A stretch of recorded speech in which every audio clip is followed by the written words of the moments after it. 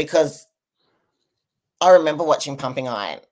I remember getting excited about, you know, the divisions and things like that, and seeing the Corey Eversons and Bev Francis and everything like that. But the Arnolds was where I first entered into the IFBB MPC, and it was an incredible show. And so I think what Sid and Whitney and Andrea did was give us women a platform that was essentially taken away from us. I don't agree with what was done. I don't agree with the reasons why it was done. We have proven that figure and physique and bodybuilding are here to stay, and it's a strong division. And I had 18 girls in a first inaugural lineup. 18 girls. And that's, for the Triple O Dynasty. And I know next year it's going to be even bigger yet again. So does that kind of answer your question, or are you more looking at like where the divisions should be going, or how they're categorized now versus the past? Well, like I said, that's a good answer you can give me. You don't have to do anything too technical, but yeah, I understand because I think it's about divisions evolving. If you look at it like now, good example, bikini. Here's the thing: women's bodybuilding was like it spawned out from men's bodybuilding. Then you had fitness to come along, and then figure, and really bikini is no offense to the division. I'm gonna call it. It's more of a invasive species. It was brought in to the sport, but it evolved with the sport. And wellness is kind of the same too. It was brought in and evolved with the sport. If you can, if you go back to how bikini started, it was more like, companies like Tropicana and and Hooters. Those girls were a little bit more like pageant girls. And these women now, bikini, like I said again, they could blow out women in the 80s and 90s out of the water.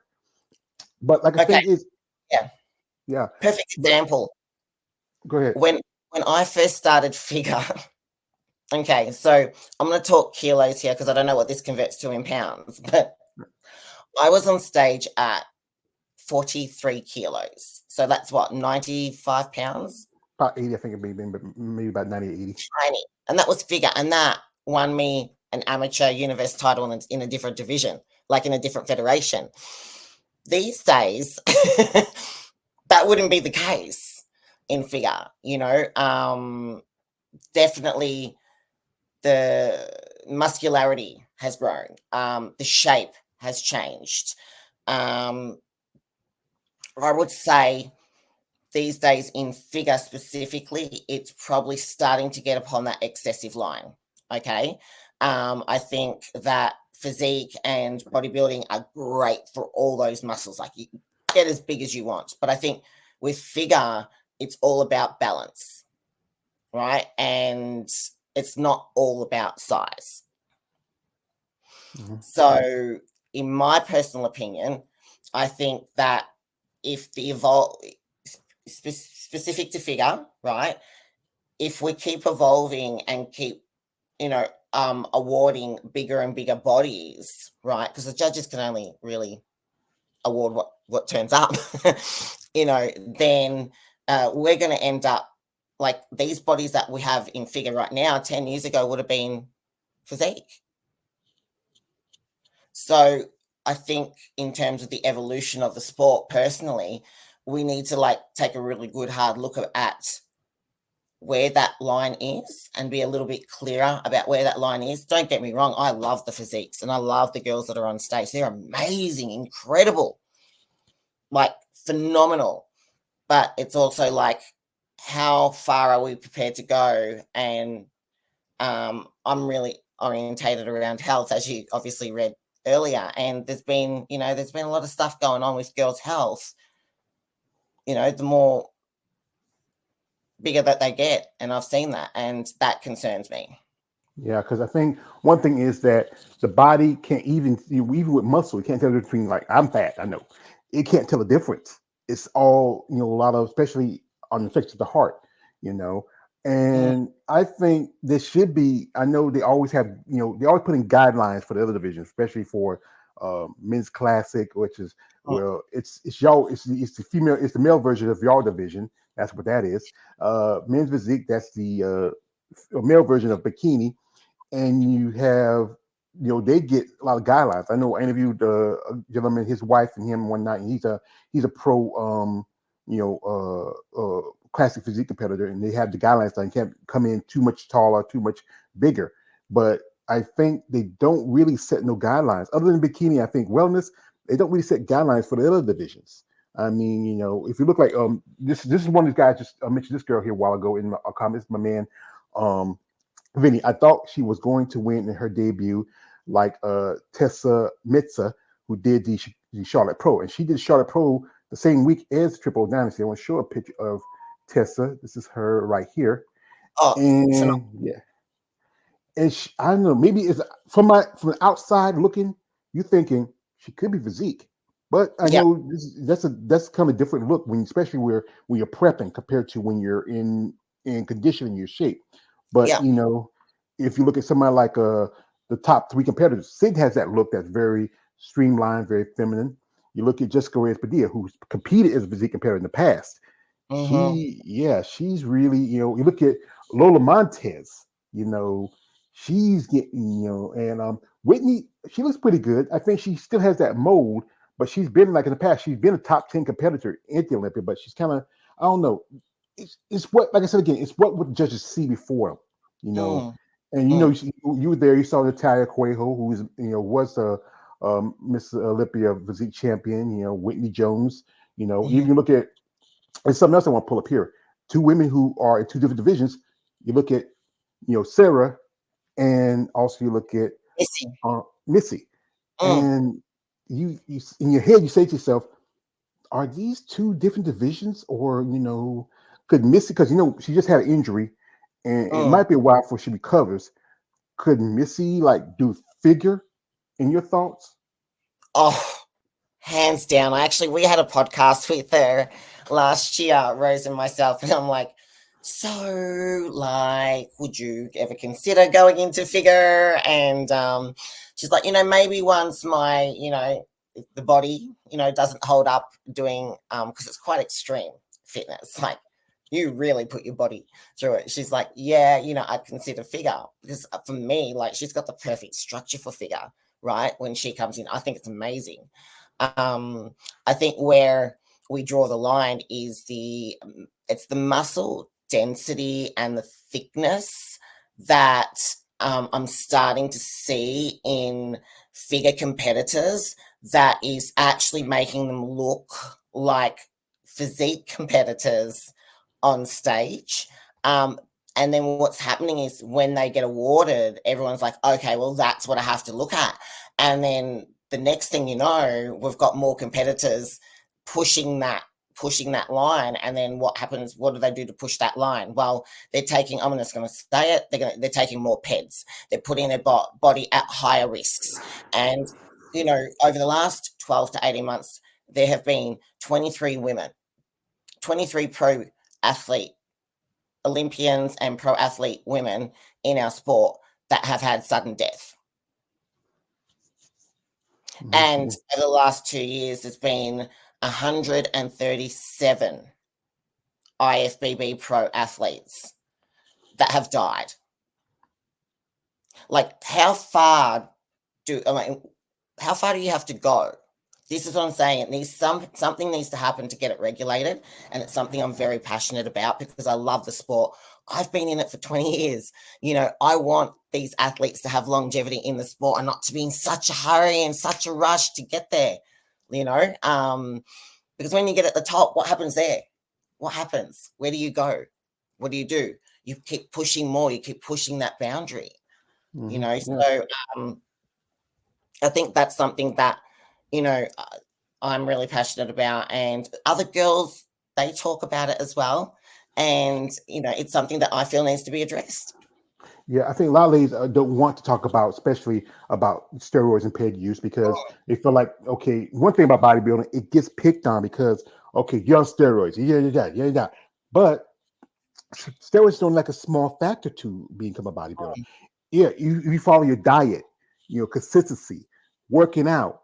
recovery, like you said, she was a little bit late because she took a little extra rest, and that's important. Rest is important. You know, a Mm, massage is good for you. You know, see, like this one thing. This is remember when people say trust this process, but one time I was talking to one lady says it's not about trusting the process. Once you understand the process, then you can trust it. Sometimes you just can't put your blind faith in something. Like we do. We had a lot of deaths. I know one lady I know.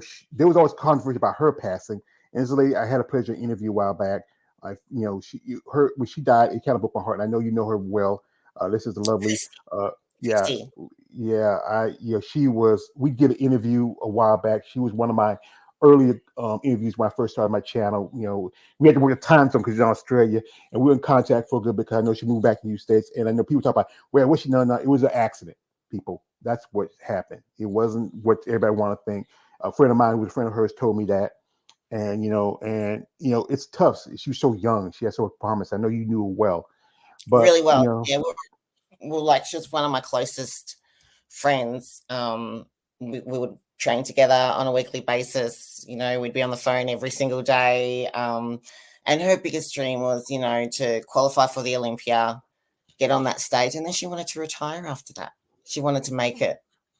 you know so it's funny you should say that, because for me, for this prep here, um coming into this, it was to live her legacy. So coming into Tri-Cities, I am going to do everything I absolute can to try and get that qualification. well, I I know I'm new to the scene, and people go, manage your expectations and all that, and I'm like, there's this part of me that's going, well, I'm still going there not to make up numbers on the stage. I'm going on there to give it a good hard crack, and that will be for Chrissy. Yeah, we say shout out to Chrissy, rest in peace. My condolences to her family. She was a great young lady. We were talking to her a good bit. I was hoping to come back and do another interview with her, but I think she's. This is for a man.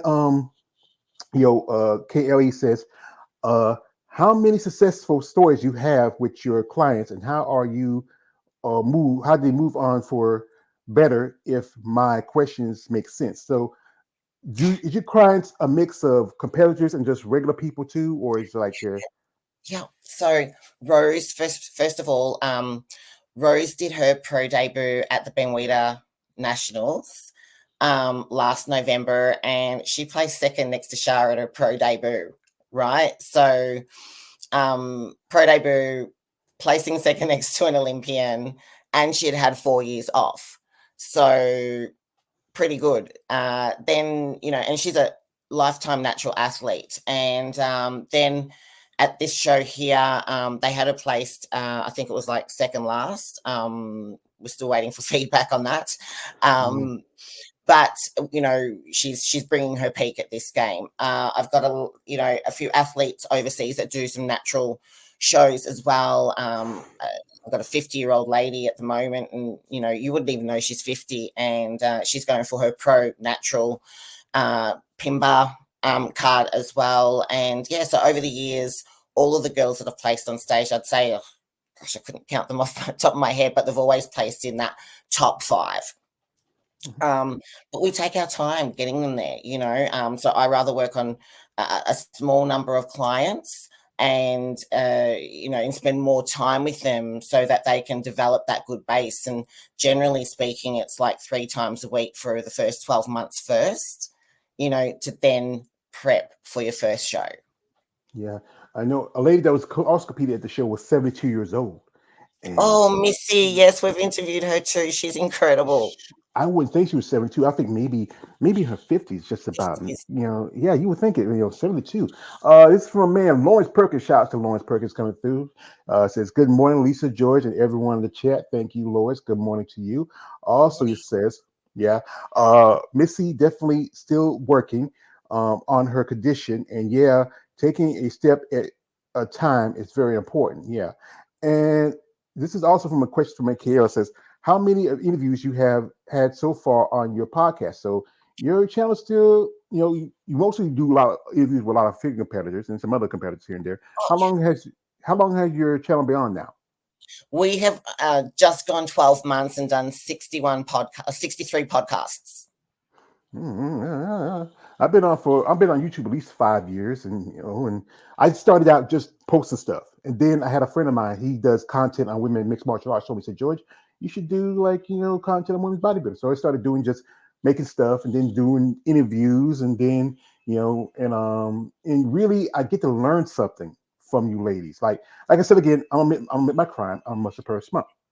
And and sometimes you ladies, something about you ladies, you just kind of you complete me. You just you just kind of sight me like I'm a dog chasing cars.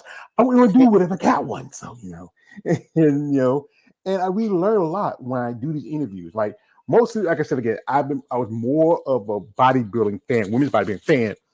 I was a big fan of either of the divisions, but I really see a lot comparisons, where how a lot of these start out in divisions and grow and develop. And I've done some interviews with women figure, physique, so even bikini. I've done some interviews with them. A couple girls who amateur in wellness. I really learn a lot when I reach out to you ladies and get your story. Here, this is from my man Lawrence. He says this. He says, "Keep on going, Lisa. Your podcast will change lives on this planet." Shout out to him again. Also, he says this. He says that new Joker movie's coming out, George. It's gonna be a musical. I don't like musicals. My Joker is he's not Australian. He's like I think he was New Zealand. That's Heath was New Zealand, and Yeah.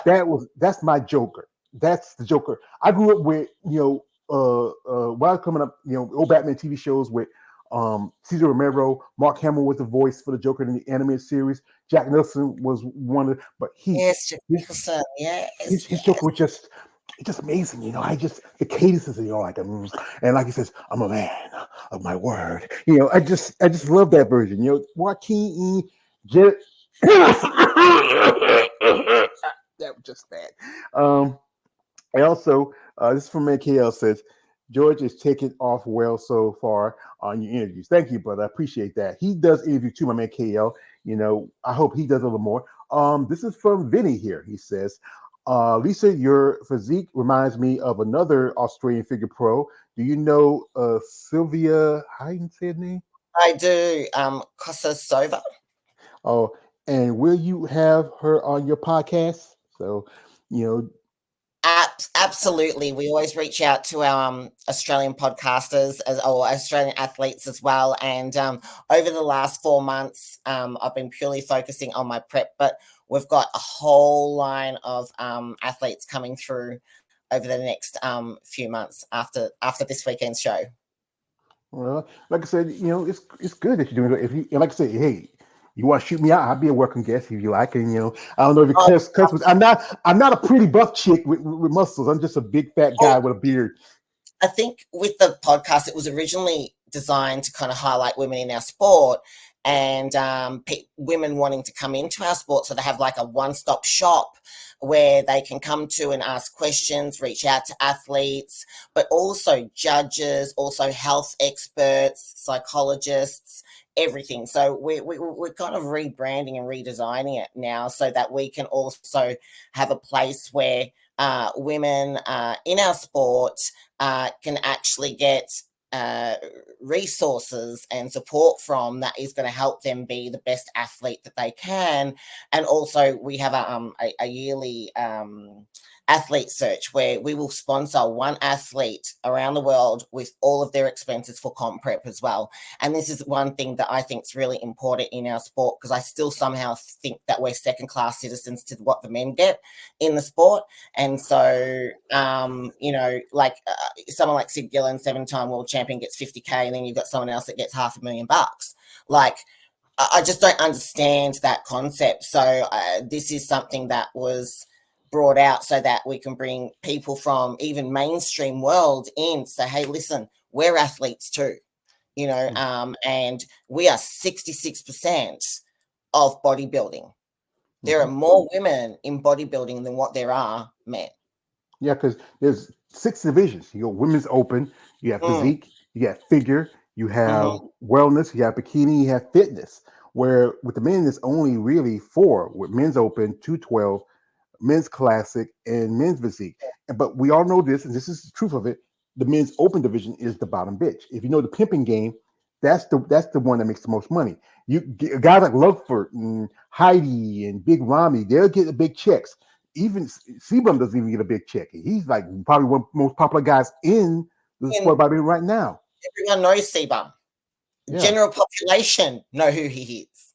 Yeah, I think people like his Tom Selleck mustache. That's what he is. He has that porn stash. I mean, Yeah, if you if, for you guys who don't follow guys, it's Christopher Sebum. That's who he is. And that's most guys don't really follow the guys as much. But as a kid, I used to like watching bodybuilding. I used to like guys like Arnold and Lee Haney and Dorian Yates and Lou Ferrigno. Arnold. I remember watching Puppet Iron when him and Arnold and Lou in the back of the bus, and he's like trying to like and all Frankie. this. Yeah, and also, oh no, your muscles are so. Oh no, our muscles. And people. This is what people associate bodybuilding with. It's like these two guys, Arnold and Lou.